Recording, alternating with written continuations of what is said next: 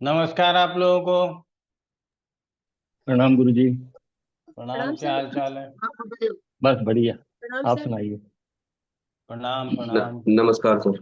प्रणाम गुरुजी। नमस् प्रणाम प्रणाम।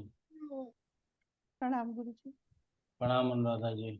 प्रणाम गुरुजी। प्रणाम प्रणाम गुरुजी। प्रणाम प्रणाम। नमस्कार सर। नमस्कार नमस्कार।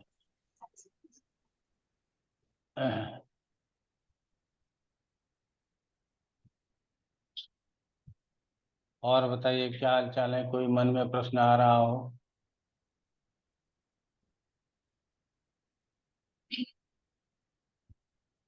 गुरुजी, आज से श्राद्ध शुरू हो गए, तो जी श्राद्ध को हाँ। कैसे निकालें? जैसे हमारे को डेट पता है अपने माता पिता की, उसको एक सिंपल वे होता है ना कि उस दिन कौन सी तिथि थी और अभी कौन सी है, थोड़ा सा एक रफ आइडिया छोटा सा। हाँ हाँ, बिल्कुल। और वो जो उनके लिए अपन करते हैं, श्राद्ध में करें उसका बिल्कुल अनिवार्य जो हो वो, क्योंकि किसी पंडित जी को बुलाओ वो क्या बोलते हैं, अगर कोई अपने पास ऐसा हो कि ये जरूरी है इतना भी कर लें, कुछ इस तरह का, ताकि अब जो हाँ शास्त्रों में लिखा है, जो शास्त्रों में लिखा है। जी।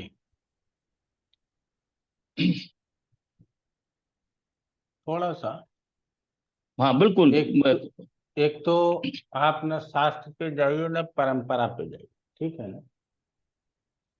क्योंकि ये हमारे जो श्राद्ध का कर्म है, ये अलग अलग लोगों में अलग अलग तरीके से लोग करते हैं, ठीक है ना?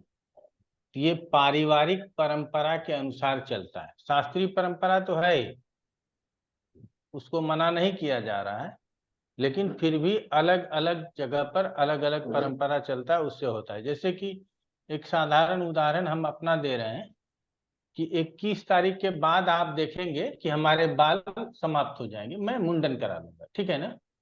तो श्राद्ध के अंतिम तिथि के दिन हम पूर्ण रूप से शुद्ध होकर के, पाप मुक्त होकर के, अर्थात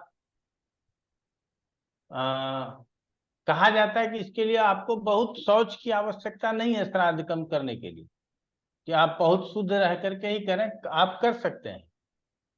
तो जो इस श्राद्ध में है उसमें बाद में संध्या का वर्णन दिया गया, लेकिन आप जब लास्ट वाला श्राद्ध कर्म करें तो संध्या पहले कर लें, आप मुंडन आदि कर लें, और फिर तिल पे पितरों को, चावल पे देवताओं को, और जौ के ऊपर या जौ से ऋषियों को तर्पण अर्थात पानी देते हैं, ठीक है?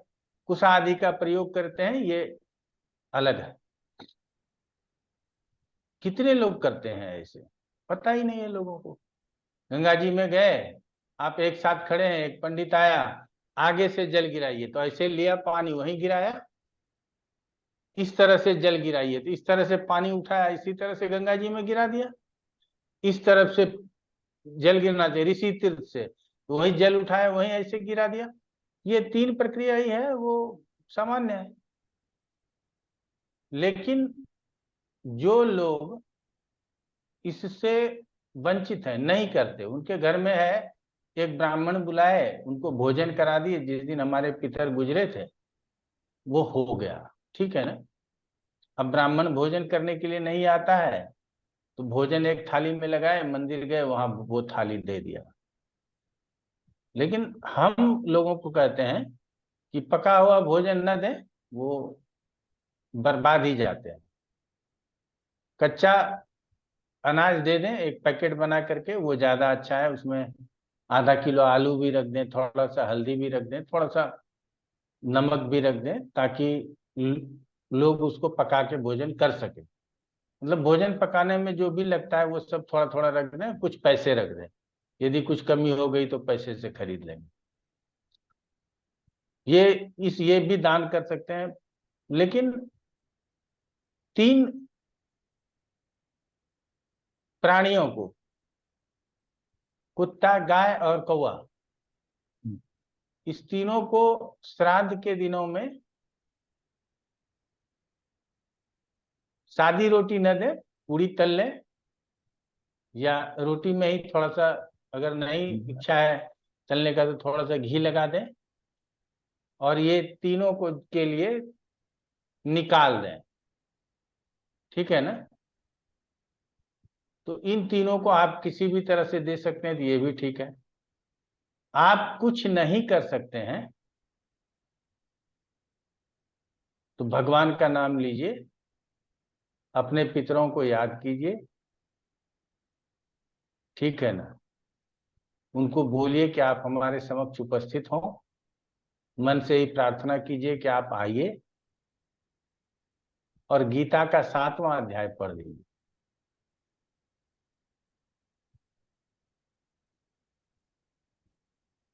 इससे सरल कुछ हो नहीं सकता और इससे बेहतर कुछ नहीं हो सकता। गीता का 7वां अध्याय सुना दिया, आपके पितृ तृप्त हो जाएंगे और आपको भी मोक्ष की प्राप्ति हो सकती है। तो ये सबसे सरल है, कोई भी आदमी इसको करे तो उसको किसी भी प्रकार का नुकसान नहीं है। बाकी क्या है, आप डिपेंडेंट है कि कोई ज्योतिषाचार्य टीवी पे आके बोलेगा, वो अपनी परंपराओं का बखान कर देता है। वो पितृपक्ष में नए कपड़े न पहने, नए गहने न पहने, नया कार्य शुरू न करें। तो सर्वार्थ सिद्ध योग और अमृत सिद्ध योग क्यों बना हुआ है? पितृपक्ष में भी लिखा हुआ है, अमृत सिद्ध योग बना हुआ है, सर्वार्थ सिद्ध योग बना हुआ है, उसमें लोग अच्छे कर्म करेंगे। एक होता है जीवित पुत्रिका व्रत, जो आप पूर्वी उत्तर प्रदेश और बिहार, कुछ बंगाल और झारखंड आदि में होता है, इसको जिउतिया भी बोलते हैं। उड़ीसा में भी करते हैं। हाँ, उड़ीसा में भी करते हैं। तो वो जीवित पुत्रिका व्रत में भी पितरों को याद किया जाता है और अपने पुत्र की लंबी आयु के लिए उस व्रत को किया जाता है। उसमें महिलाएं जब व्रत करती है तो नए साड़ी पहनते हैं, जुतिया एक सोने का बना होता है वो पहनते हैं, जेवर पहनते हैं, जो भी महिलाएं 16 श्रृंगार करेंगी ही करेंगी। तो वो सारा चीज करके उस व्रत को मनाती हैं। तो फिर तो ये वाला नियम तो झूठा निकल गया ना कि आप नए कपड़े न पहने। तो इस तरह के, और ये पितृपक्ष है, इसमें हम पितरों के लिए विशेष कुछ करते हैं। ये मना नहीं है कि आप कोई कार्य ही प्रारंभ न करें, सबसे पहले तो ये मान लें। दूसरा है कि आप अपने पितरों के लिए न तिथि निकाल लीजिए। शुक्ल पक्ष की प्रथमा द्वितीया, कृष्ण पक्ष की प्रथमा द्वितीया चतुर्थी, जो भी तिथि आता है वो नोट कर लीजिए।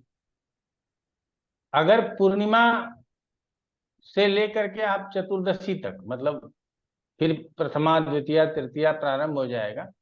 अगर नहीं कर सकते हैं, आपको याद नहीं है, आपके लिए याद करना मुश्किल है, आप डेट भी भूल गए हैं, अगर डेट याद हो तो मैं निकलवा दूं आपको। तो अमावस को, अर्थात इस साल जो 2 तारीख है, 2 अक्टूबर पड़ेगा, उस दिन अमावस है।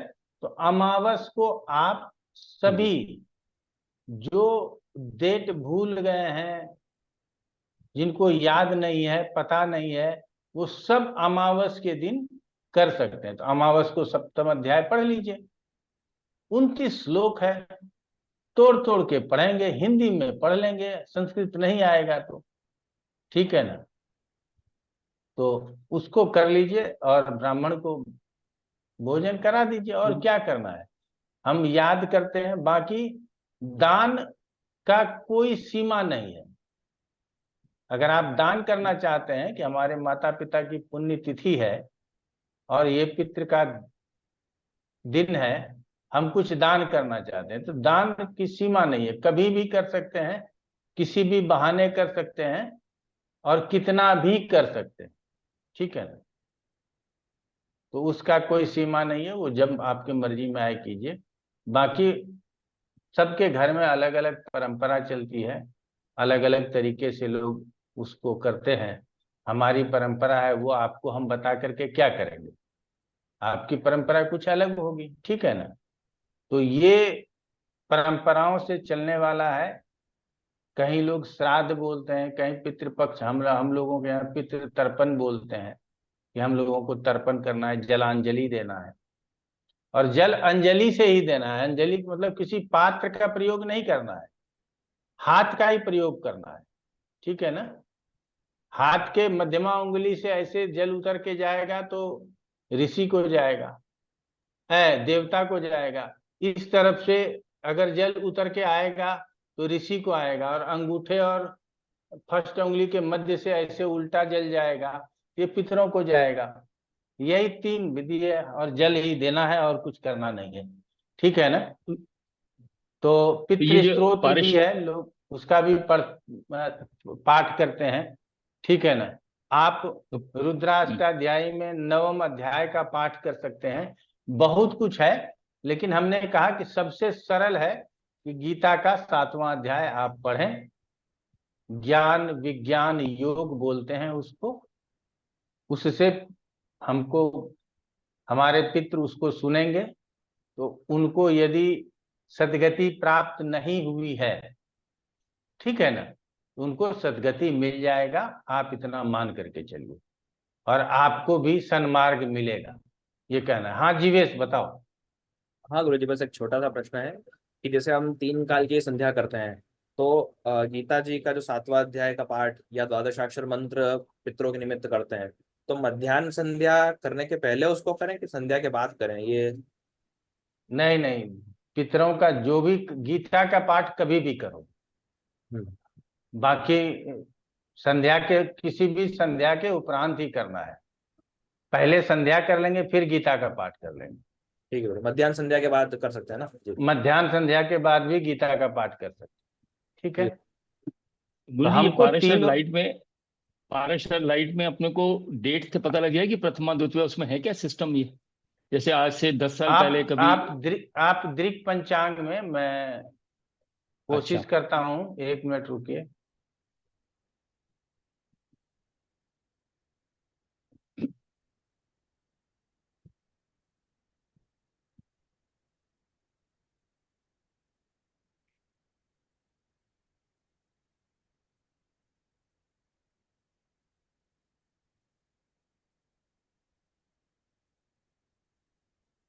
अच्छा, यूट्यूब उस पे है, गूगल पे है? कोई बात नहीं, अभी आता है।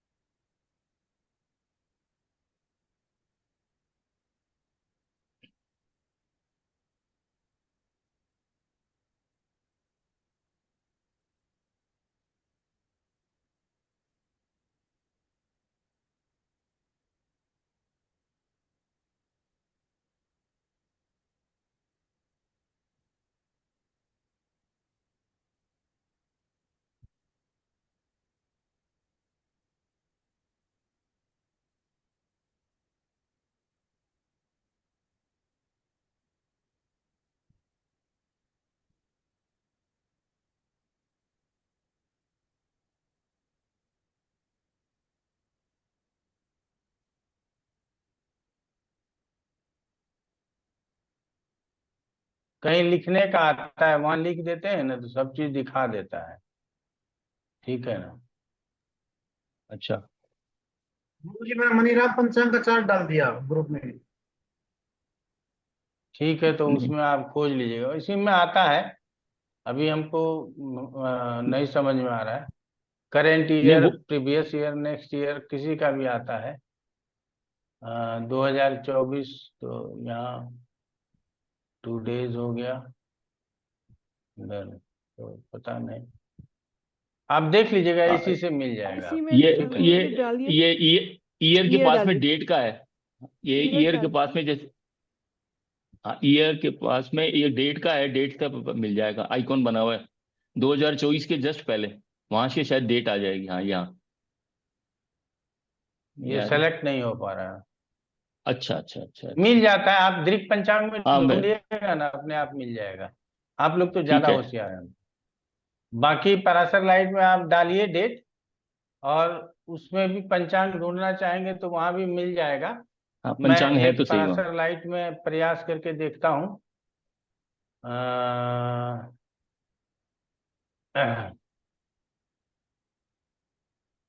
बताइए, डेट बताइए तो। 2 जून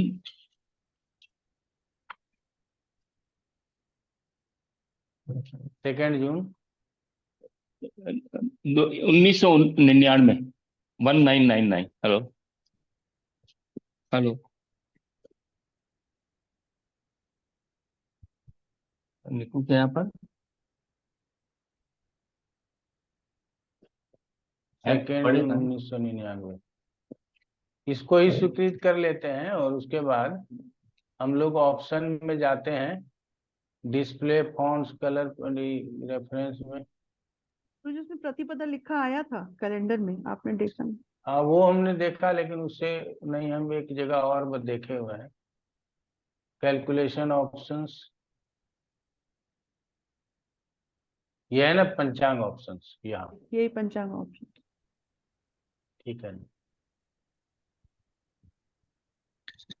ये तो ये आ गया।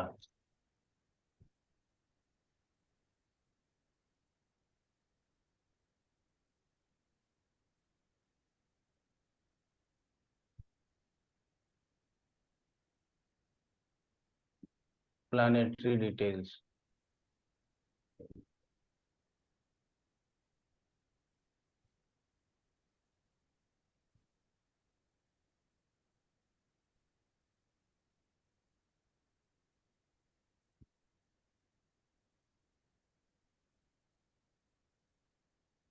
ज्येष्ठ कृष्ण पक्ष की तीज है मुझे।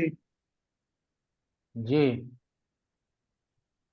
ग्रीष्म ज्येष्ठ कृष्ण पक्ष, तीज है मुझे। तीज मतलब तीसरा। क्या?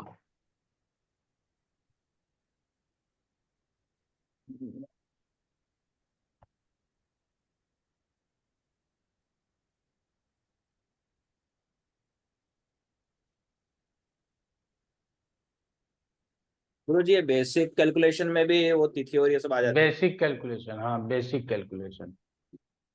तो ये कृष्ण पक्ष हो गया, यहाँ आ गया। ज्येष्ठ हो गया, कृष्ण पक्ष हो गया, और कृष्ण पक्ष तृतीया हो गया। तृतीया है सर।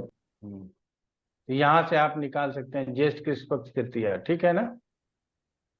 तो तृतीया के दिन जो है सो आपको करना है। तो इस साल जो है वो 20 तारीख को पड़ेगा, ठीक है। गुरु जी, एक चीज पूछनी थी। जैसे किसी की मृत्यु जो है वो शाम के समय हुई, उस समय जो तिथि बदल गई थी, पर सूर्योदय के समय तिथि अलग थी, तो तिथि कौन सी लेंगे उनके लिए? सूर्योदय तिथि है, सूर्योदय वाली। जी गुरु। ठीक है ना। चलिए, तो आगे हम लोग कहाँ पहुंचे थे? विवाह का ही चल रहा था ना। विवाह का हम लोग सारा दोष पढ़ लिए थे। अब विवाह के क्रम में अन्य जो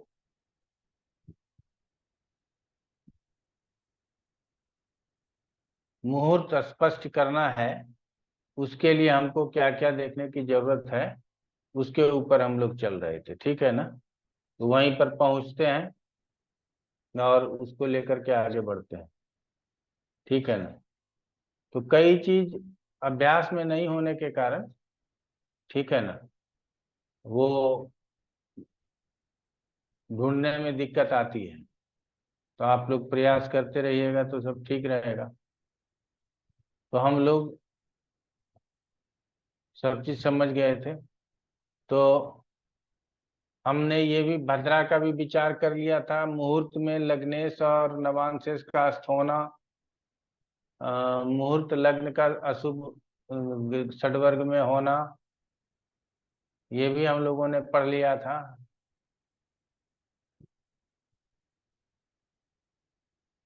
कुलिक मुहूर्त के बारे में भी कहा जाता है, लेकिन हम लोग इसको न लें तो ज्यादा अच्छा है, ठीक है ना।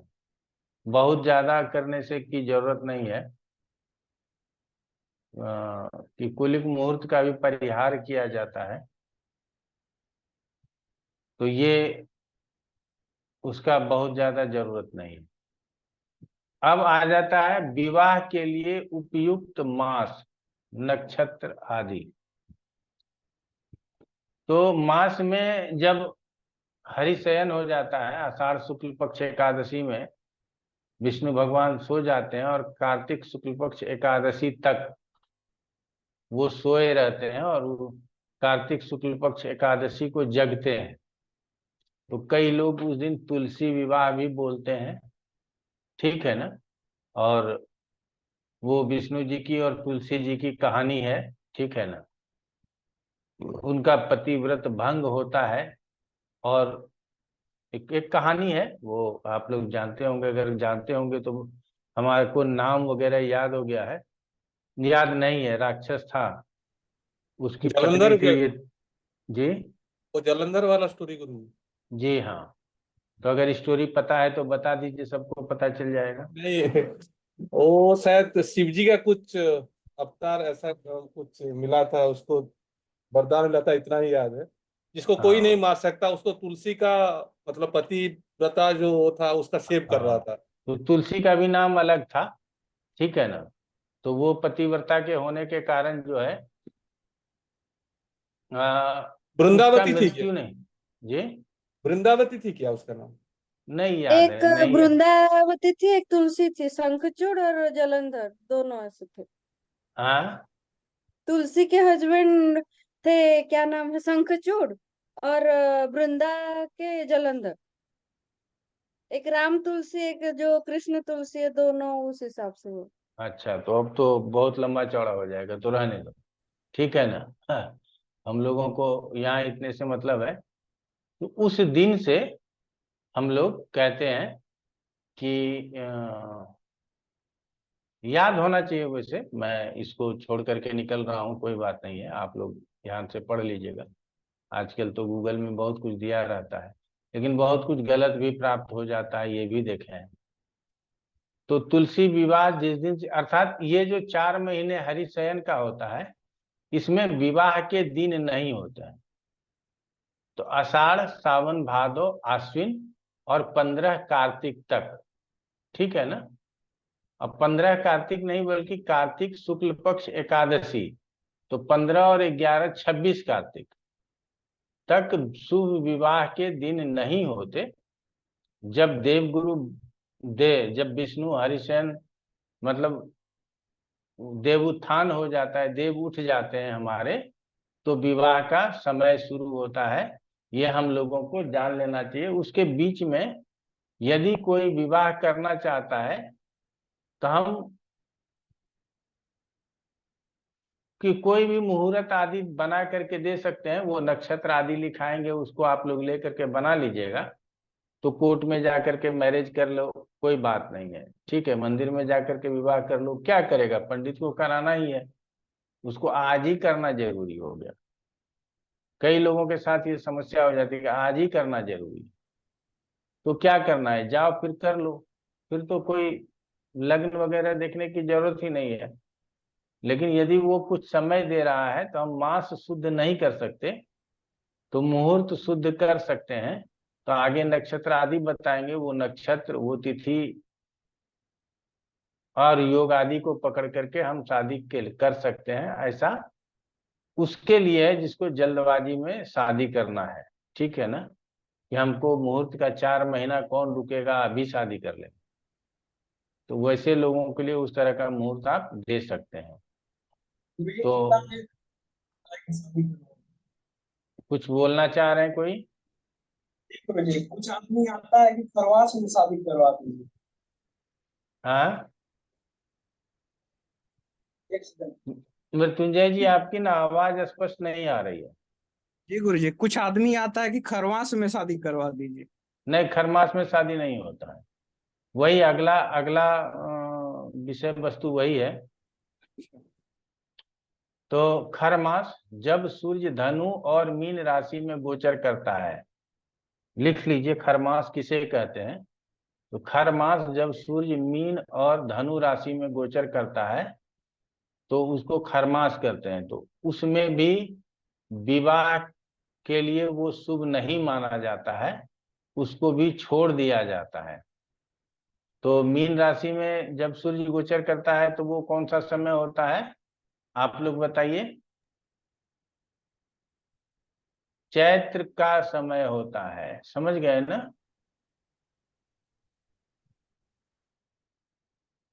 हाँ या ना में उत्तर दीजिए ना। गुरुजी 15 दिसंबर से 15 जनवरी तक। हम मोटा मोटा ये तो कहा ही, वो तो मकर में रहेगा, धनु में थोड़े रहेगा।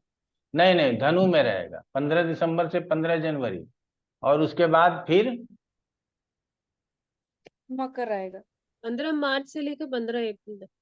हाँ, 15 मार्च से लेकर के 15 अप्रैल। तो जब धनु और मीन में रहेगा तो उस समय भी शादी के लिए डेट नहीं पड़ेगा। ठीक है।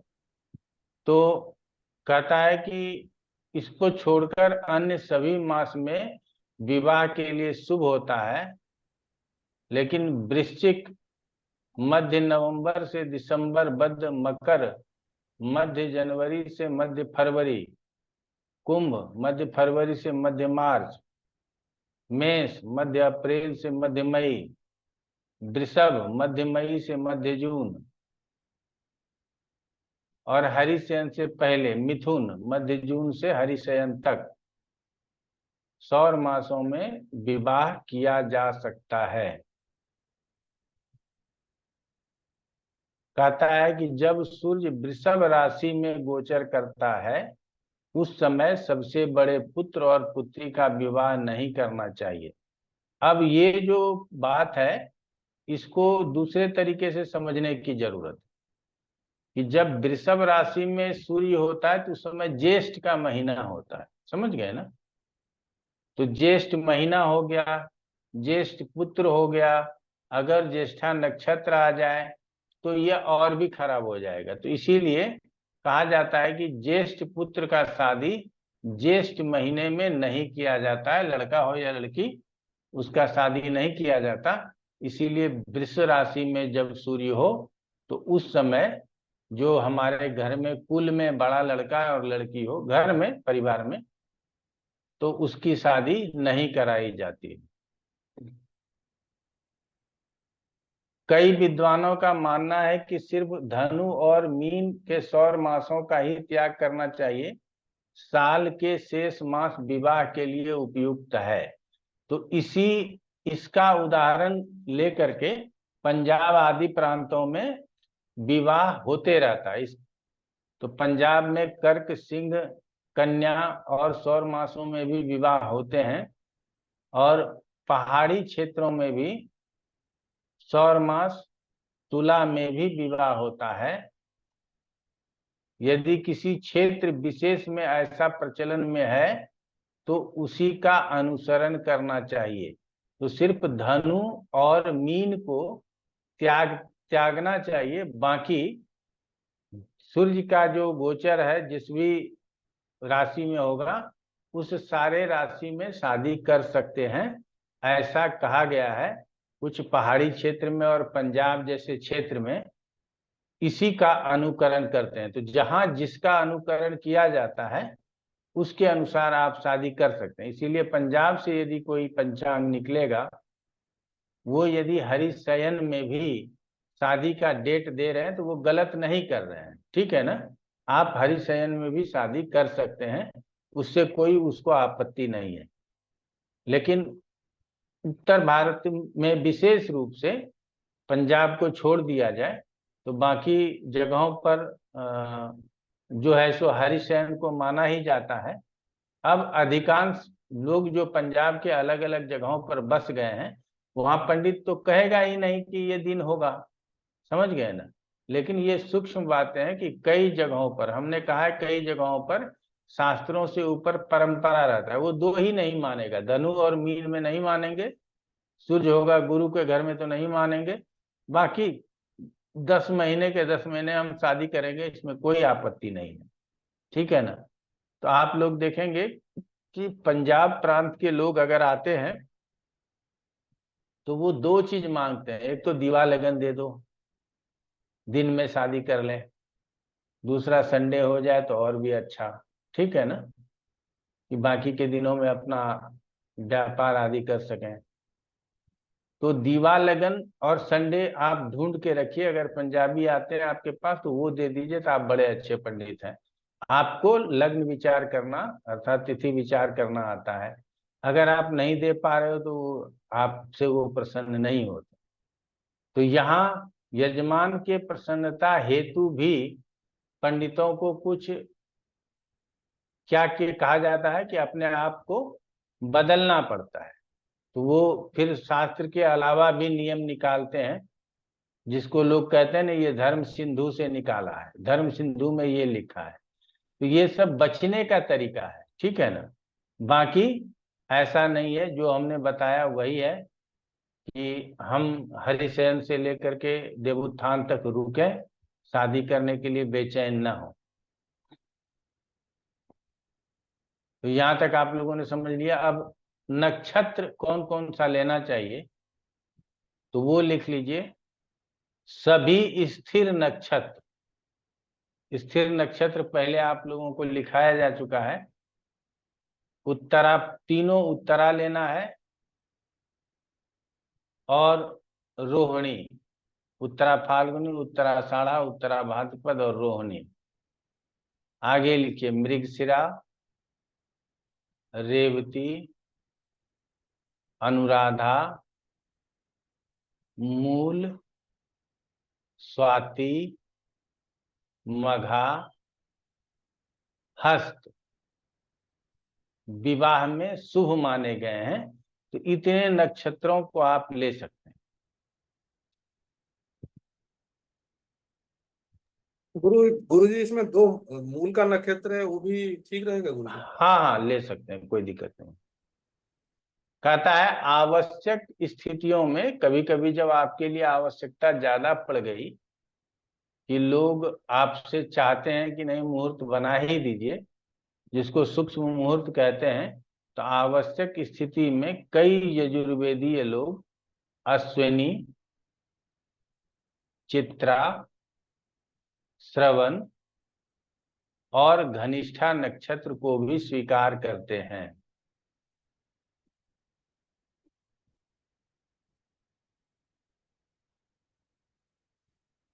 अब तिथि लिख लीजिए। द्वितीया तिथि कौन कौन सा होना चाहिए? तृतीया, पंचमी, सप्तमी, दशमी, एकादशी, त्रयोदशी तिथियां अति शुभ हैं। अर्थात ये दोनों पक्षों के लिए बताया गया है, शुक्ल पक्ष के लिए भी और कृष्ण पक्ष के लिए भी।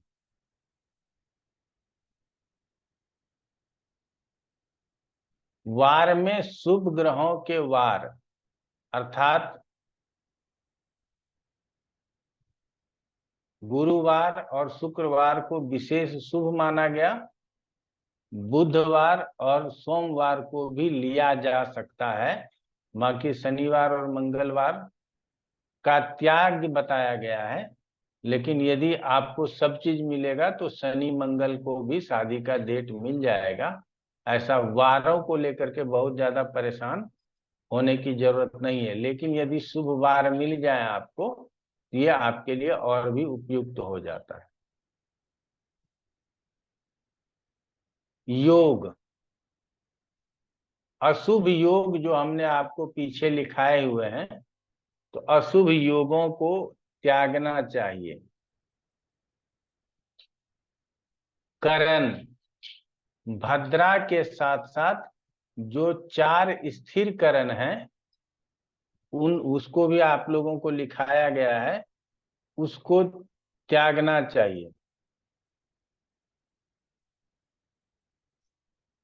कुछ यजुर्वेदीय विद्वान बव करण को भी विवाह के लिए अशुभ मानते हैं।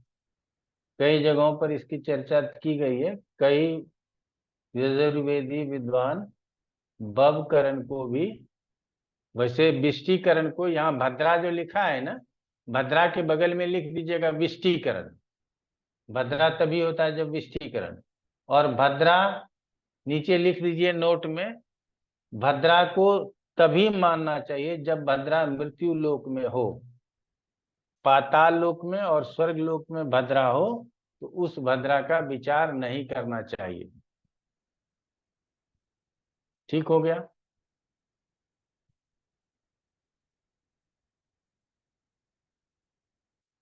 यहां तक हम लोगों ने देख लिया कि पांचों चीज हमको मिल गया। वार भी मिल गया, योग भी मिल गया, करण भी मिल गया, नक्षत्र भी मिल गया और तिथि भी मिल गया। मास पहले से हम लोगों को प्राप्त है, वर्ष सभी वर्षों में किया जा सकता है। अब आ जाता है लग्न की शुद्धि। विवाह मुहूर्तों में सबसे ज्यादा जो बल दिया जाता है वो लग्न की शुद्धि के ऊपर बल दिया गया है।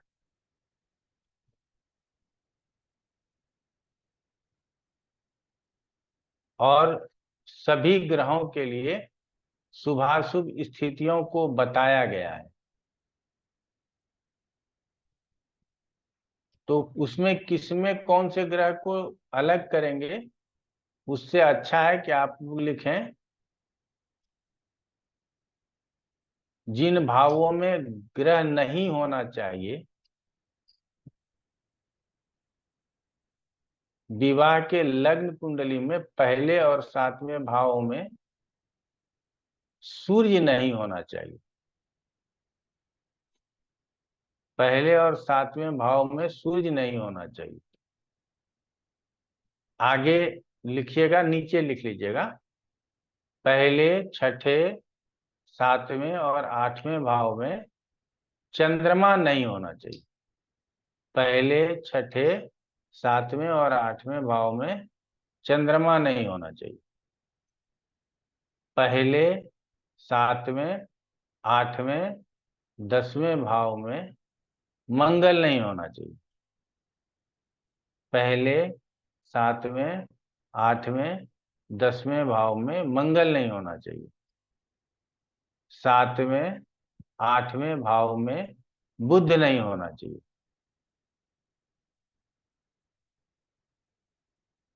ठीक उसी प्रकार 7वें, 8वें भाव में बृहस्पति नहीं होना चाहिए। तीसरे, छठे, 7वें, 8वें भाव में शुक्र नहीं होना चाहिए।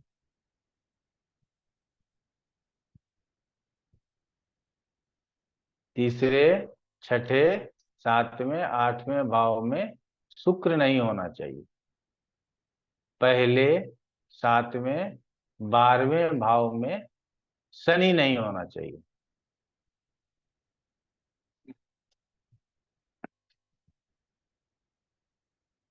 पहले, 7वें और 12वें भाव में शनि नहीं होना चाहिए। पहले, 7वें भाव में राहु केतु नहीं होना चाहिए।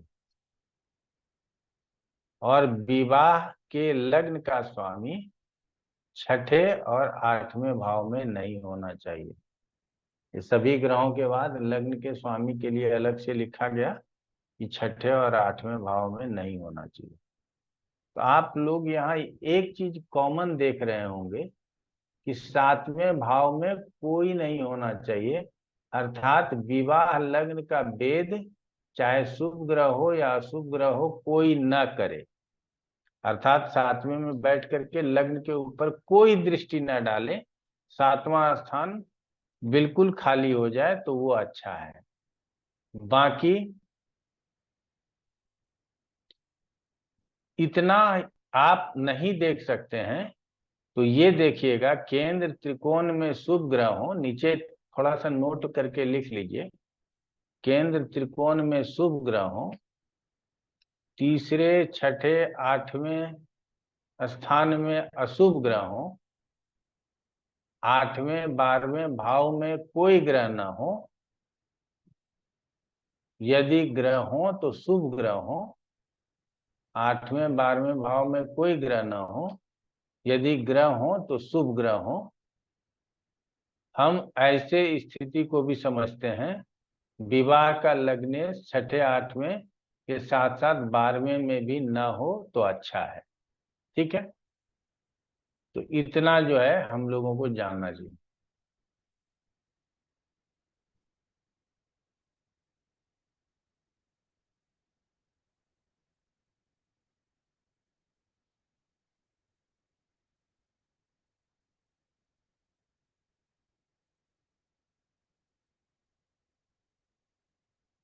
कुछ कहा जाता है, इसको भी समझने का प्रयास कीजिएगा और संक्षेप में हम आपको बताने का प्रयास करेंगे, तो आप लोग इसको भी समझ जाइएगा। कहा गया है जहां ग्रहों को होना चाहिए वहां ऐसी स्थितियां होती है जब ग्रहों के स्थित होने से लग्न को बल प्राप्त होता है। जहां ग्रहों के स्थित होने से लग्न को बल प्राप्त होता है, ये लिखिए, बल को मापने की इकाई विश्वाबल है। और अधिकतम विश्वाबल 20 होता है।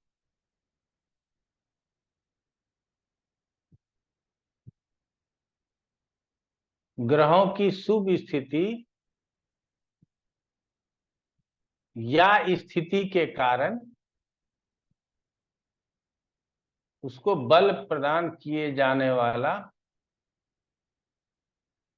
बल विश्वाबल कहलाता है।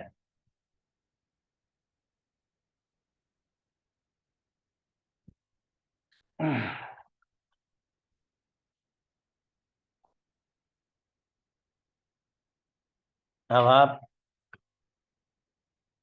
3 कॉलम बना लीजिए। पहला कॉलम हो जाएगा ग्रह का,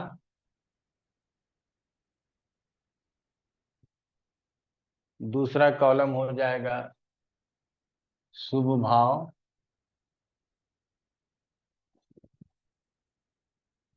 और तीसरा कॉलम हो जाएगा विश्वाबल। ठीक है, तो अब सूर्य के लिए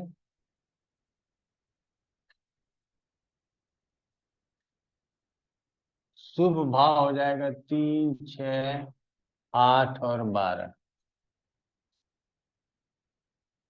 और विश्वाबल कितना हो जाएगा 3.5।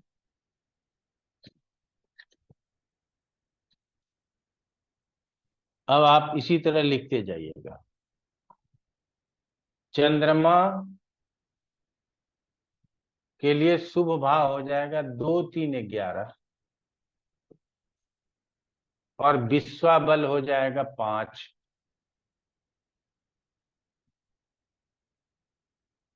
मंगल के लिए 3, 6, 11, विश्वाबल हो जाएगा 1.5।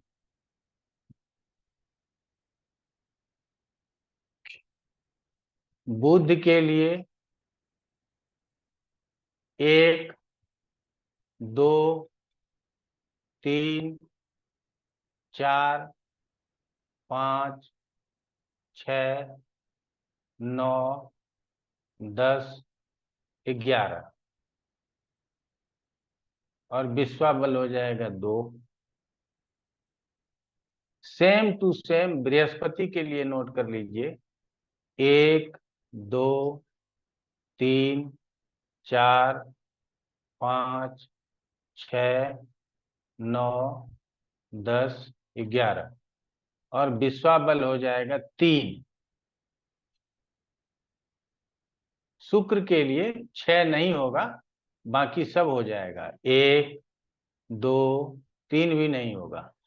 1, 2, 4, 5, 9, 10, 11, और विश्वाबल कितना हो जाएगा 2। शनि के लिए लिख लीजिए 3, 6, 8, 11 और विश्वाबल कितना हो जाएगा 1.5।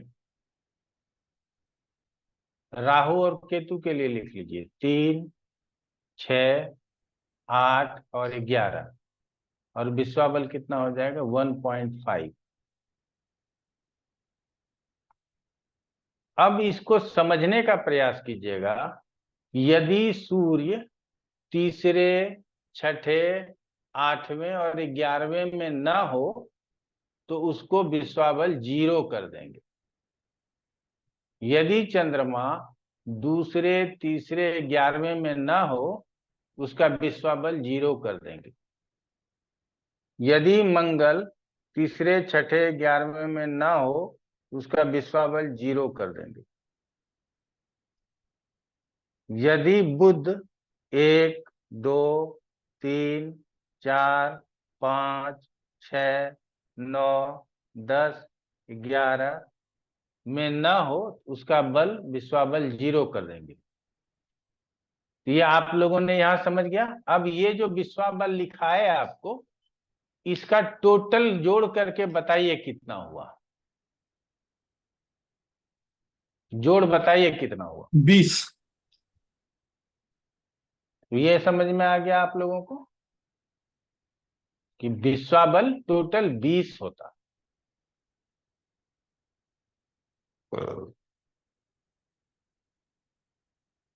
अब क्या है कि यहां हम जब अपने पत्रिका की बात करेंगे, विवाह के लग्न पत्रिका की बात करेंगे, अभी विवाह की बात हो रही है तो यहीं रहे तो ज्यादा अच्छा। तो कौन कौन ग्रह ऐसा स्थित है जो लग्न को बहुत अच्छा बल दे रहा है, मतलब या तो पूर्ण बल देगा या तो 0, या तो 5 या तो 0, या तो 1.5 या तो 0, या तो 2 या तो 0, जो जिसका जो है, ठीक है ना। तो उस परिस्थिति में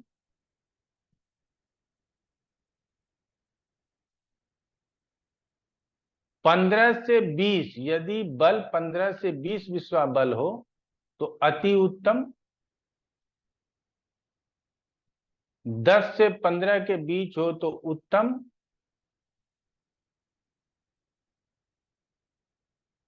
और 5 से 10 के बीच हो तो मध्यम, और यदि 5 से कम हो जाए तो ऐसे लग्नों का त्याग करना चाहिए। अच्छा, ये जो हम आपको बताए हैं, ग्रह के बाद मैंने शुभ भाव बताया है, राशि नहीं बताया है, आप लोग ध्यान दीजिएगा। ऐसा नहीं कि राशि काउंट कर लीजिएगा। यहाँ लगन बदलेगा तो भाव बदल जाएगा सबका, बात समझ गए। तो 5 से ऊपर विश्वा बल हो तो लग्न की मान्यता बनी रहेगी, अति उत्तम, उत्तम और मध्यम में चल जाएगा। लेकिन 5 से नीचे है तो लग्न बदलने की जरूरत है। ये मैथमेटिकली गणना अनुसार कर सकते हैं। अब ऊपर जो आपको बताया गया कि एक साथ में ना हो, 3, 6, 7, 8 में ना हो, तो वो यदि नहीं होगा तो हमको विश्वाबल लगभग अच्छा मिल जाएगा, पूर्ण रूप से मिल जाएगा। क्लियर हो गया। तो हम लोग, बहुत साधारण है विश्वबल को समझना। यदि चार्ट में रख लेते हैं और 2-3 चीजें बताएंगे लास्ट में जाकर के कि यात्रा मुहूर्त के लिए, विवाह मुहूर्त के लिए 10 पेज प्रिंट किया, अपना पढ़ा हुआ निकाला, एक फाइल बना के रख लिया, विवाह मुहूर्त आया उसी पेज को पलट के मुहूर्त दे दिया, काम हो गया। ठीक है। अगर हमको मुहूर्त चिंतामणि देखना आता है तो उसको निकाल सकते हैं, नहीं आता है तो हमने जो बताया है उसको लेकर के चल सकते हैं। ठीक है ना। तो इस तरह से हम लोग आगे बढ़ सकते हैं। यहाँ तक समझ में आ गया। यहाँ तक किसी को कोई परेशानी हो तो पूछ सकते हैं।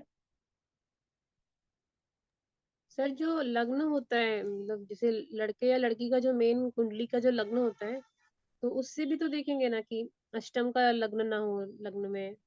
हाँ, वो सब तो देखना ही है भाई, वो सब तो देखना ही है, वो सब मना नहीं किया, अभी तो हमने शुरू किया है। ठीक है ना।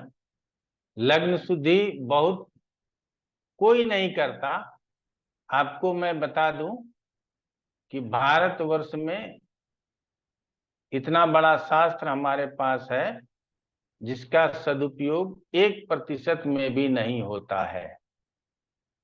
ठीक है ना। और हम ही लोग बोल देते हैं ये सब तो पाखंड है। ठीक है। तो जब हम ही लोग बोलते हैं कि इतना कौन करेगा, ये विश्वाबल, व्हाट इज विश्वाबल। ठीक है ना। 3 6 11 में ही मंगल क्यों हो रहे, क्यों नहीं 12वें में रहे, क्यों नहीं 8वें में रहे। तो भाई इसको हमारे शास्त्रों को पढ़ने के लिए समय चाहिए, समझने के लिए विवेक चाहिए, बुद्धि चाहिए, तब आप समझ सकेंगे। ये एक ही शास्त्र आदमी को वैज्ञानिक भी बनाता है और साधारण पुरोहित भी बनाता है। समझ रहे हैं। एक ही शास्त्र हमारे लोगों को विद्वान भी बनाता है और साधारण पुरोहित भी बनाता है। तो हमको कितना लेना है ये तो हमारे ऊपर डिपेंड करता है।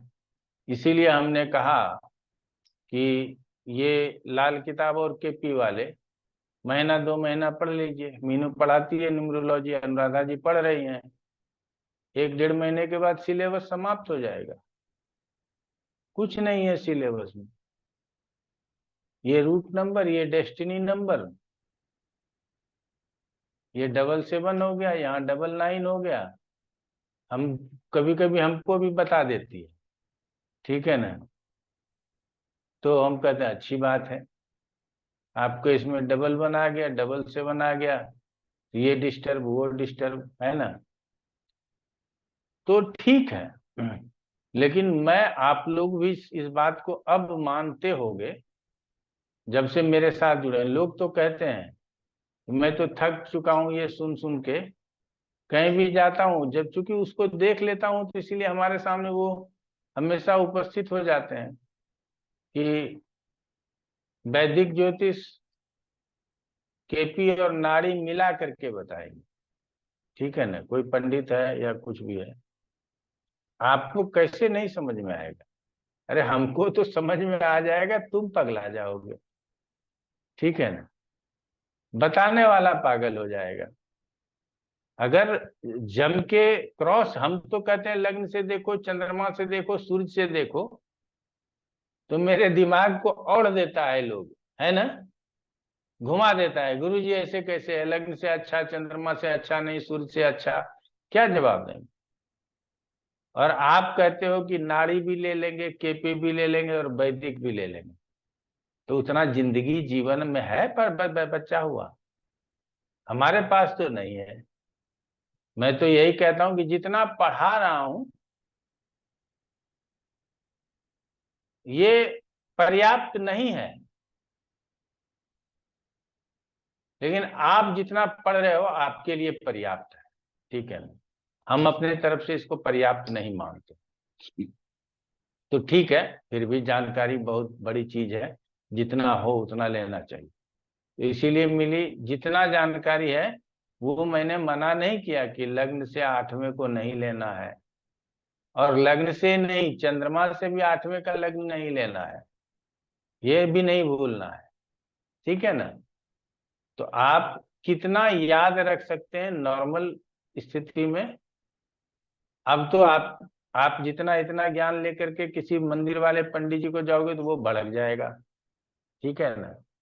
अपना धोती पकड़ेगा और लंबा हो जाएगा, भाग जाएगा, तुम्हारे पास बैठेगा नहीं कि कहाँ से पढ़ के आए, तुम ही ज्यादा पढ़ रही हो तो अपने से देखो, हमारे पास क्यों आ जाते हो।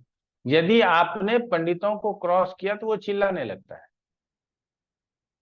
क्योंकि उसको आता नहीं है। तो उसके पास एक ही उपाय है, जब तुमको सब आता है तो मेरे पास क्यों, मेरा समय क्यों खोटा कर रही हो, हमको और यजमान है, हम और देख लेंगे और पैसा कमा लेंगे। तो ये साधारण ये लक्षण है, ठीक है ना। और सबके पास ये गुण होते हैं कि हमें अगर ज्ञान नहीं है तो हम ये नहीं बोलेंगे कि क्षमा चाहते हैं, हमको ज्ञान नहीं है। ये बोलेंगे कि फालतू बकवास करने के लिए मेरे पास आ गए। अगर तुम्ही को इतना ज्ञान था तो तुम मेरे पास क्यों आए? ठीक है ना।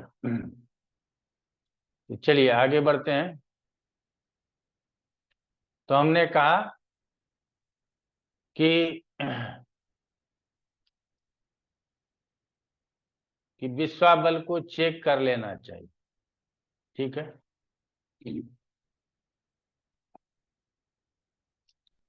अब थोड़ा सा नवांश का विचार भी समझ लेते हैं।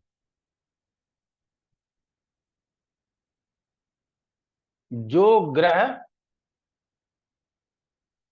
किसी राशि के अंतिम नवांश में बैठा हो वो वर्गोत्तम हो जाता है।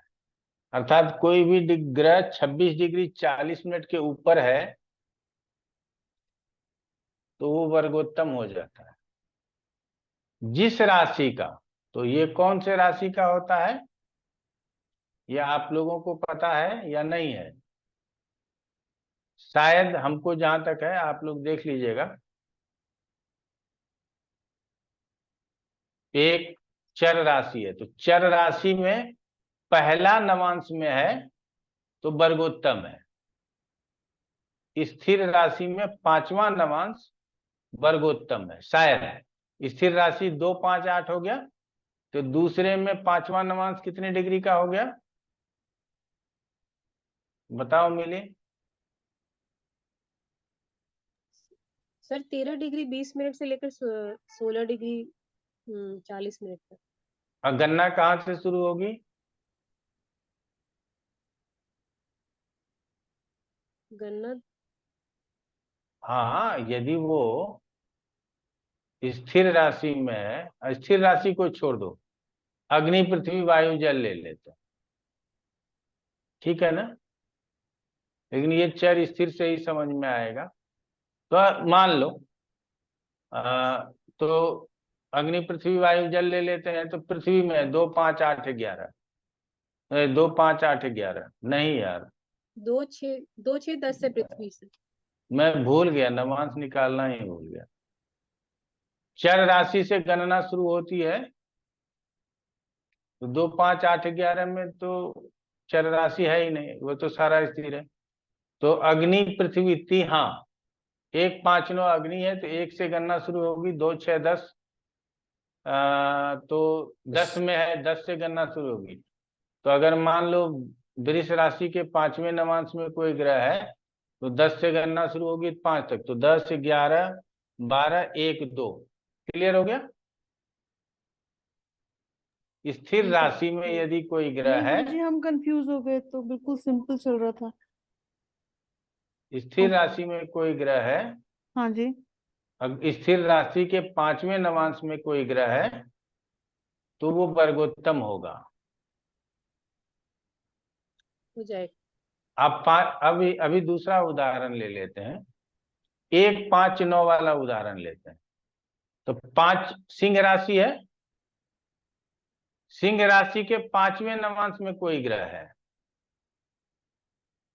तो गणना मेष से शुरू होगी। हाँ या ना में जवाब दो। हाँ हाँ सर। हाँ जी, मैं इससे और शुरू हुई। 5वां तो सिंह होगा। मेष से 5वां सिंह हो गया तो वर्गोत्तम हो गया कि नहीं हुआ? हो गया सर। 8 के लिए ले लेते हैं, 8 मतलब वृश्चिक राशि है, 4 तो से शुरू 4 होगा। 4 नहीं, 4 से शुरू आठवां होगा। 8 किस में आता है? पृथ्वी में आता है। हाँ वो 4 से शुरू होगा नवांश। 8 में, 8 के 5वें में होगा तो कहाँ से शुरू होगा? 4 से 4 से शुरू होगा, तो 4 5 6 7 8 वर्गोत्तम हो गया। तो जी आप सर। लोग लिखिए, नोट लिखिए, चर राशि के पहले नवांश में यदि कोई ग्रह स्थित हो तो वर्गोत्तम होता है। द्विस्वभाव स्थिर राशि के 5वें नवांश में कोई ग्रह स्थित हो तो वर्गोत्तम होता है। और द्विस्वभाव राशि के 9वें नवांश में कोई ग्रह स्थित हो तो वर्गोत्तम होता है। अब आप लोग इसको अपने घर में होमवर्क करके देख लीजिएगा, ये सही है। तो यहां कहा जा रहा है कि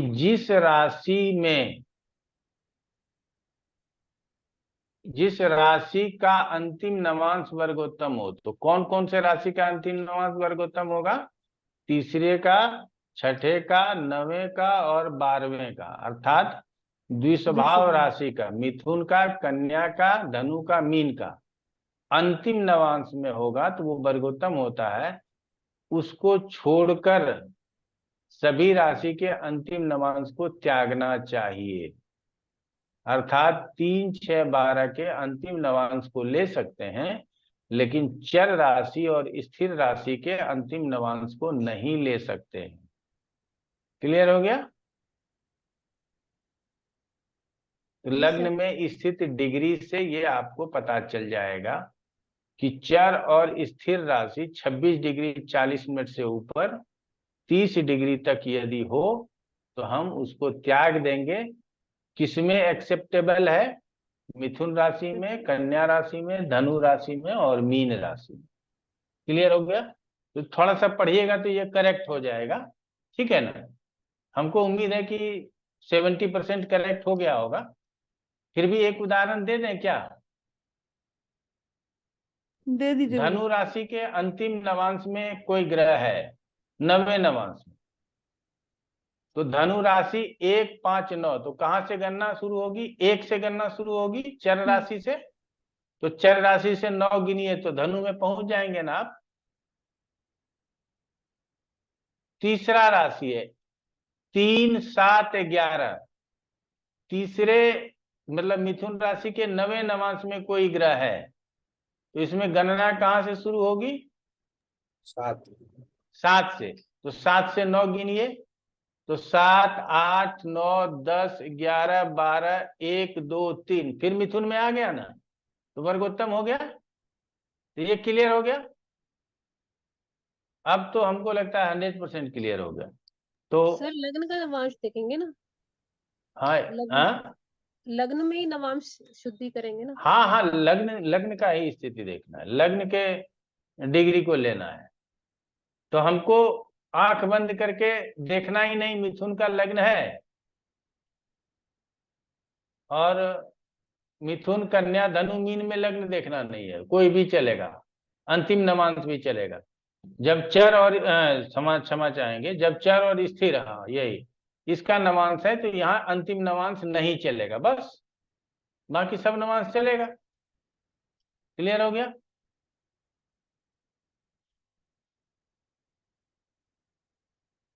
तो ये तो हो गया नवांश।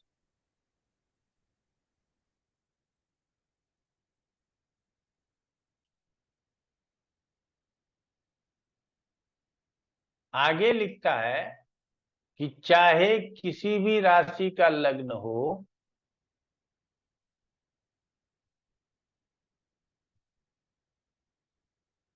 यदि 7वें, 9वें,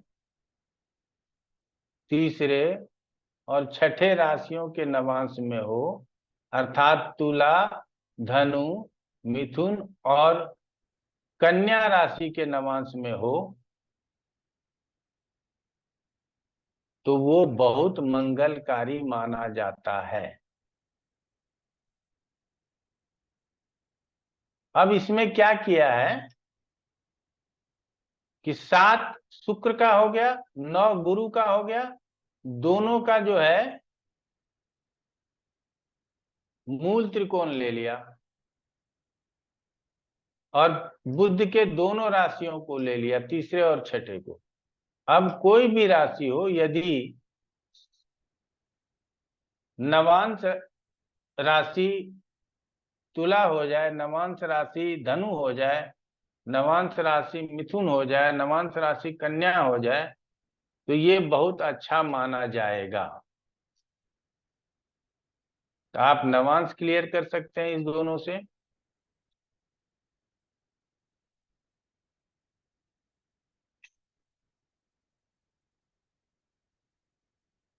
तो नवांश राशि को चेक कर लेना इसलिए जरूरी है क्योंकि हम लोग जीवन साथी का विचार तो नवांश से ही करते हैं।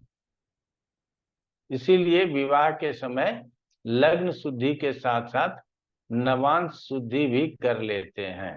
क्लियर हो गया? कोई शंका सुबह नहीं होना चाहिए। जितना लत्ता पत्ता दोष नहीं पढ़ा है उससे ज्यादा समझने की जरूरत यहाँ है, और इसमें समझ जाएंगे तो न जाने कितने जगहों पर आप समझ जाओगे। इसीलिए इसको विशेष रूप से ध्यान देने की जरूरत है। अब कुछ विचार ऐसे हैं, कहते हैं कि जो मिली बता रही थी, जन्म राशि से 8वें 12वें भाव की राशि के लग्न और नवांश को त्यागना चाहिए। विशेषकर जन्म लग्नेश और जन्म चंद्रेश और उनका अष्टमेश एक दूसरे के शत्रु हों तो ज्यादा त्यागने की जरूरत है। जब किसी जातक, अब यहाँ साहचर्य का नियम ले लिया, आप लोगों ने देखा ना, साहचर्य का नियम उठा लिया कि लग्नेश और अष्टमेश यदि शत्रु हो तो लेना आवश्यक है, और यदि मेष लगन है और वृश्चिक लगन 8वें में है तो क्या दिक्कत है लेने में? कोई दिक्कत नहीं है। क्लियर हो गया?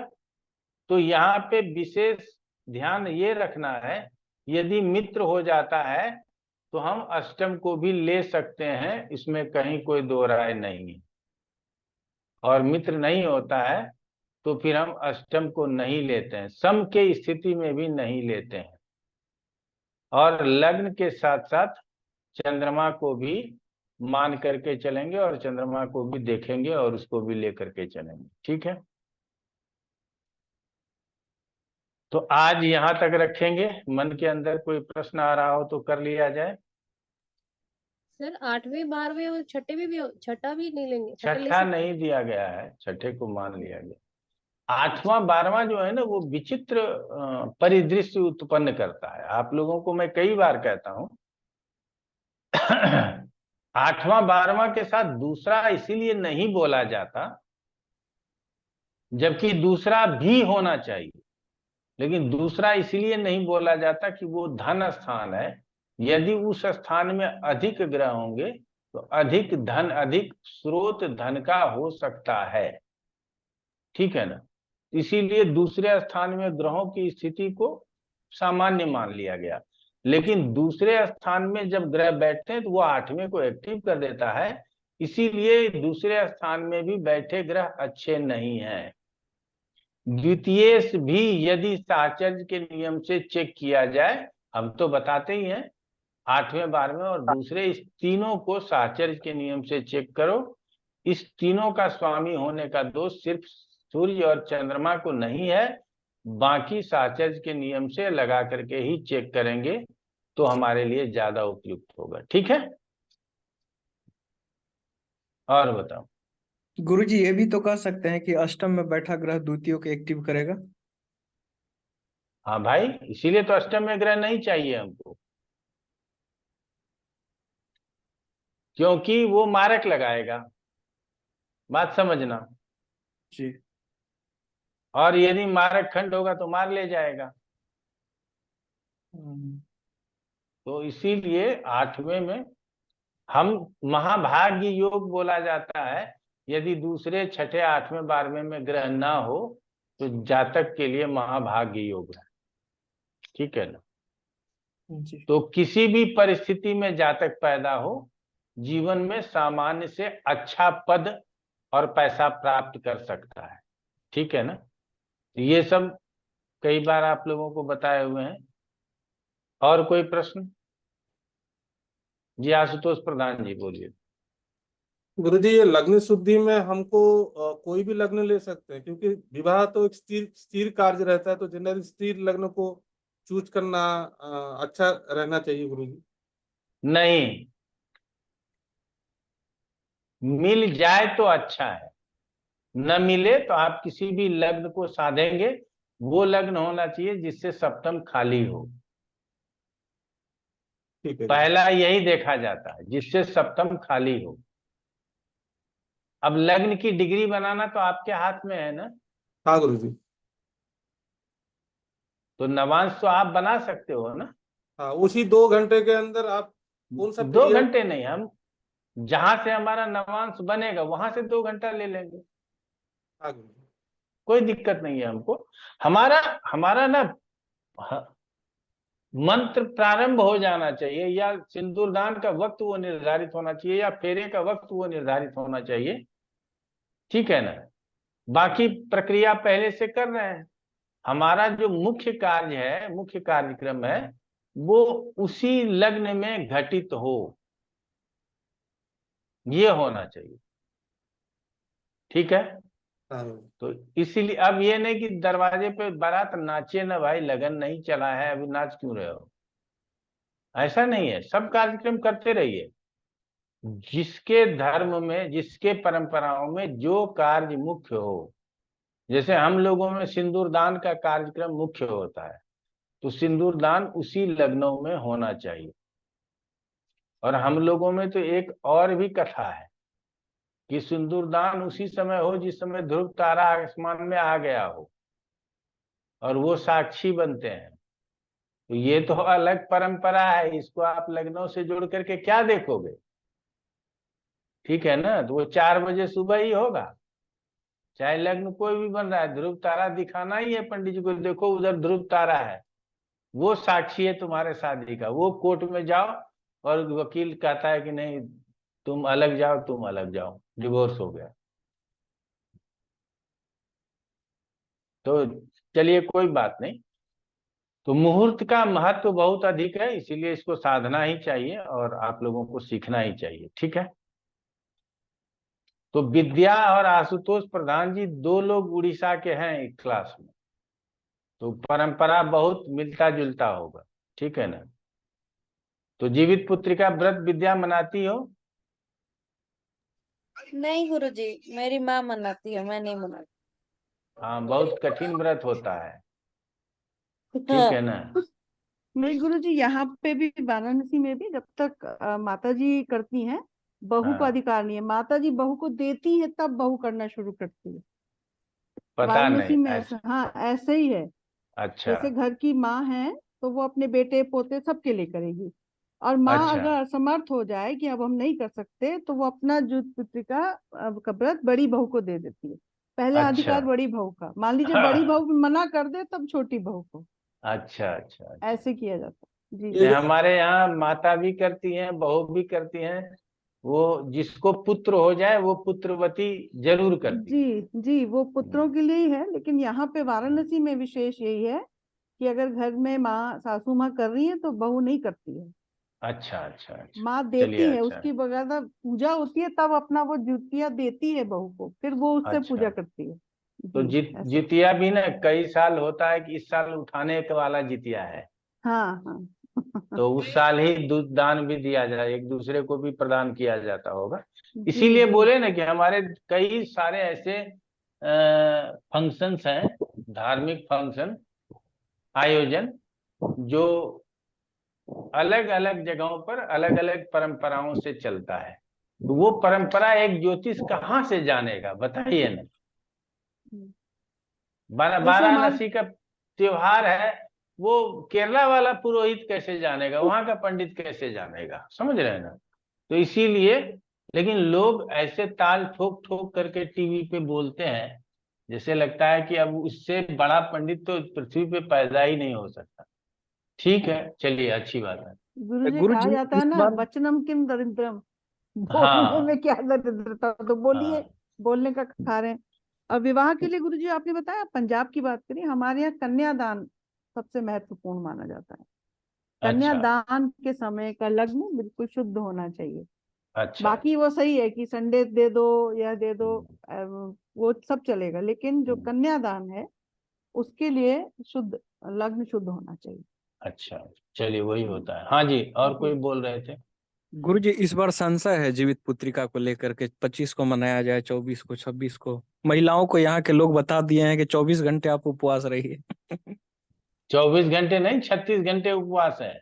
और उन लोगों को हम बता रहे हैं कि अष्टमी नवमी व्रत होता है, तो और कोई बता दिया सप्तमी अष्टमी कर रही है। किताब में भी लिखा हुआ है कि नहीं, ऐसा नहीं करना चाहिए। अष्टमी को 12:56 पे दिल्ली के अनुसार लगभग 12:30 तिथि समाप्त हो जाती है। तो जी। मैंने कहा 12:30 के बाद खाना खा लो। हाँ। तो नहीं, गांव से बोला है झिंगली फुलाएगा तब जो है सो व्रत टूटेगा। ये झिंगली शाम को फुलाता है 4 बजे, समझ जी। गए? जी। वाराणसी में तो यही है गुरुजी, 25 को व्रत है, पारण उसका 12:36 पे है। हाँ, तो हमने कहा ना कि दिल्ली 20 मिनट आगे चलता है। 12:36 का है पारण का समय। तो बिहार में तो वही झिंगली फुलाएगा, अर्थात अब 12 बज गया तो अब जब तक झिंगली फूल न दे दे, झिंगली सब्जी का नाम है, जी। उसके पेड़ में फूल आ जाएगा तब आप पारण करोगे। तो बड़ा मुश्किल है। अच्छा, पानी का एक बूंद भी नहीं पीती है महिलाएं, ठीक है ना, बड़े कठिन व्रत करती हैं। तो हमारे एक भाभी जी करती हैं, तो उन्होंने पूछा हमसे, तो हम बोले कि देखिए 12 बजे के बाद कभी भी पानी वानी पी लीजिएगा, बाकी फिर झिंगली फूलने दीजिए, जब तक न फूले तब तक आप व्रत में रहिए। और वो कुछ वाराणसी नहीं। में जलेबी से करते हैं गुरुजी, जलेबी और हाँ चना, इससे हाँ खाया जाता है, ये हाँ, व्रत तोड़ा जाता हमारे यहाँ जलेबी के साथ वो मटर लिया जाता है। हाँ, वही चना मटर वो है। भिगोते हैं हाँ, वही।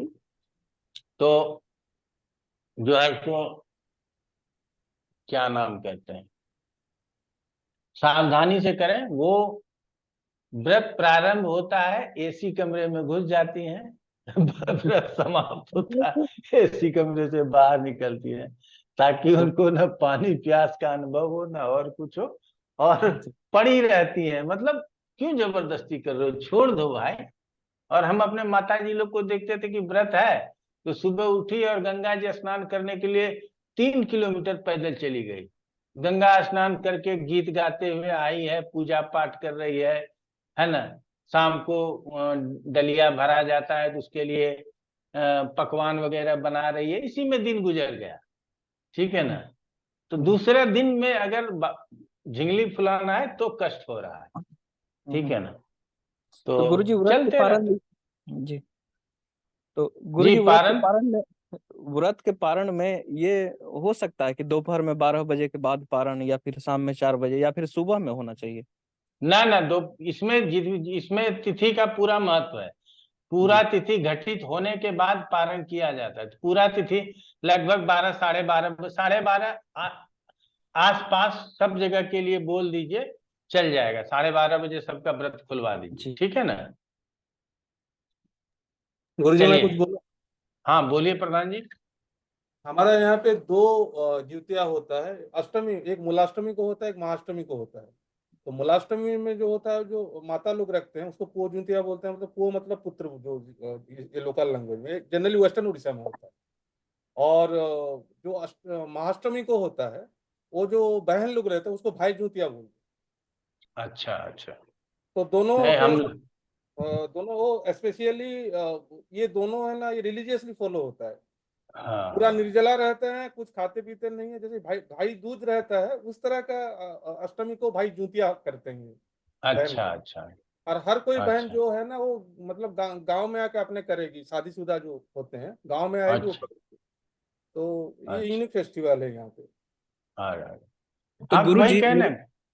जी, जी मृत्युंजय जी बताइए। क्षमा चाहते हैं गुरुजी। गुरुजी मेरा प्रश्न ये था कि व्रत किया कैसे जाए? पुस्तक में लिखा हुआ है कि सप्तमी अष्टमी व्रत वर्जित है, सियार इन चिल्ली वाला जो स्टोरी है उसमें अष्टमी हम्म। नवमी को बताया गया है, और अष्टमी के तिथि के समाप्त होते ही पारण, फिर ये कैसे होना चाहिए?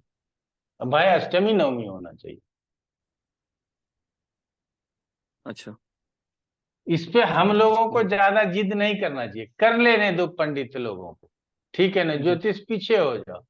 क्या करोगे जब आप अपनी गणना बताओगे तो उसको समझ में आना नहीं है, एक जी। भी बात नहीं समझ में आएगा। अभी हम जितना बात बताए, जी। यदि दुर्वेदाचार्य मुंह ताकेगा उसको समझ में नहीं आएगा। लेकिन जी। क्या किया जाए, जमाना इस पे उसका, लोग सोचता है कि हमारा अधिकार है, पंचांग देख करके बताते हैं, कुछ भी बताते हैं, ठीक है ना। जी तो गुरुजी। चलिए, आज इतना ही रखते हैं। बहुत बहुत धन्यवाद, नमस्कार आप लोग। प्रणाम गुरु जी। प्रणाम सर। प्रणाम।